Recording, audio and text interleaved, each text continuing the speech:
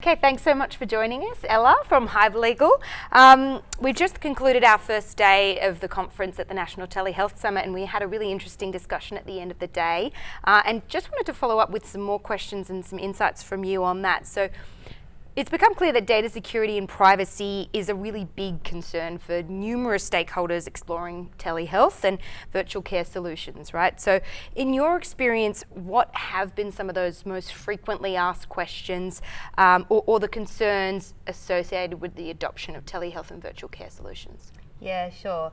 I think it really depends on which stakeholder you're talking to. And so in my experience, I'm generally working with either healthcare professionals or solution providers rather than patients, so I don't have much perspective on the patient kind of aspect there. But from the first two categories, I think often their FAQs are the same, and they will often be what platform, assuming it's not telehealth, assuming we're using video conferencing, what platform is being used, what data is being collected and by which party. So what data is the medical practitioner collecting and what data is the platform provider collecting, and they're both very reliant on each other because once they share in that information cycle, they can ultimately, be compromised if the other party does something wrong. So they're often very interested in what the other entity is doing, what information they're collecting and how they're proposing to use and disclose it. So that's often the first point, because if there's not a good answer to that question, everything else tends to fall away. But the second key question we're dealing with a lot, which we haven't dealt with as much previously, it's often come up, but the last year has really brought it to the forefront, and that is about recordings. Will it be recorded? If it's going to be recorded, what's going to happen to that recording? Who owns it? Where will it be stored? How long will it be stored for? If you're a healthcare provider and your contract with the platform provider ends, you might want to switch to a different person. What happens to the recordings then? Who will have it?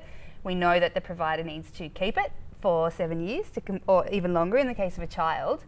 So who's going to be able to access and store it? So those are the big kind of headshot questions, and then there are plenty more that fall around what the answers to those two are. That question of recording was discussed a lot in our final panel as well. There were certainly a lot of questions coming through from the audience on that one. So one thing we also touched on was some of the controversies, and I think Tam asked a question about it. So there have been some controversies in recent years about how providers actually do use that data, and as a result, there's been kind of an issue with some of the mistrust of those sort of tech providers, specifically, or platform providers, and perhaps some misconceptions about data breaches as well. So can you speak to that? Yeah, sure. And I think the practices of few really do impact the whole sector, because it all comes down to trust and credibility of telehealth. And if the public loses some of that trust because of the actions of one provider or two providers, or even just something's questionable, it can really impact the uptake of telehealth as a whole. So, ensuring that we don't see those controversies happening regularly is going to be critical to the success of telehealth. And it's by no means clear if that will happen, if we will see a decline in those controversies. But I think, generally speaking, most providers that I deal with actually really do care about doing the right thing. Often it's a mistake if something has gone wrong. And I think that's a really important point to be somehow communicating to patients and somehow building their trust that there's often not an intention that they want to willfully do the wrong thing or improperly use or disclose data. So if we can somehow shine the light on that by shouting from the rooftops when we are getting things right, which is the majority of the cases, I think that will really help the uptake of telehealth and the credibility and reliability that patients see. Okay, so I guess this is to follow up on that, and again it was put to you and put to the panel earlier, but what kinds of questions should people be asking providers, and what answers should they expect? Yeah, sure. So I think the first one is, again, as I said before, what information will you collect and why? Storage is really important because we have these rules around cross-border disclosures, and it's actually quite a complicated area of law. It's more complicated than it probably should be, but there are rules to say under the Privacy Act that if you are disclosing information offshore, so to a provider who is located offshore, then there are all sorts of consequences for that under the Privacy Act. But if it's just a use, it's technically permitted. So there's a lot of kind of legal dialogue around what that means for cloud storage providers. But the upshot will be, if your cloud storage provider is not based in Australia or even in the state or territory within which you're based, that could have implications, and that will require an assessment that is reasonably complex to see whether or not it will comply.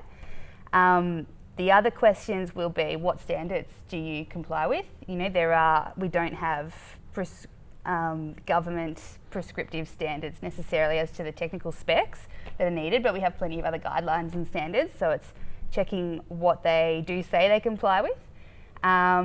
Those would be really kind of critical ones. I think another important point is just, again, looking at the patient experience that they give. So how does the platform work from the patient's perspective? How do they sign up to it? And what is their relationship going to be with the platform provider? And how much input does the practitioner have to that? Can they kind of guide how those communications happen, or is it really outside of their control? And relevant to that as well, and the patient experience, is what integrations will there be for the actual platform? So that's looking at things like the booking functionality. Generally, if you have a video conferencing site, it may link to a third-party booking functionality, so your Health Engine or your Hotdoc or other entities like that. And another aspect is, well, how will it organise payment, because that's a whole other different integration. So getting a sense of how that's going to work and what relationship you as a practitioner will need to have with those third parties, if any, is another really important thing to kind of get to the bottom of and feel comfortable with. It's certainly an issue that I think we'll see discussed more over the course of the year, and as people start to adopt more telehealth and virtual care solutions, these terms are used interchangeably now, as we've heard today. So, look, Ella, thank you so much for answering our questions and for shedding a bit more light on an extremely complex area, and hope you enjoy the rest of the conference. Thank you. Yes, great to be here.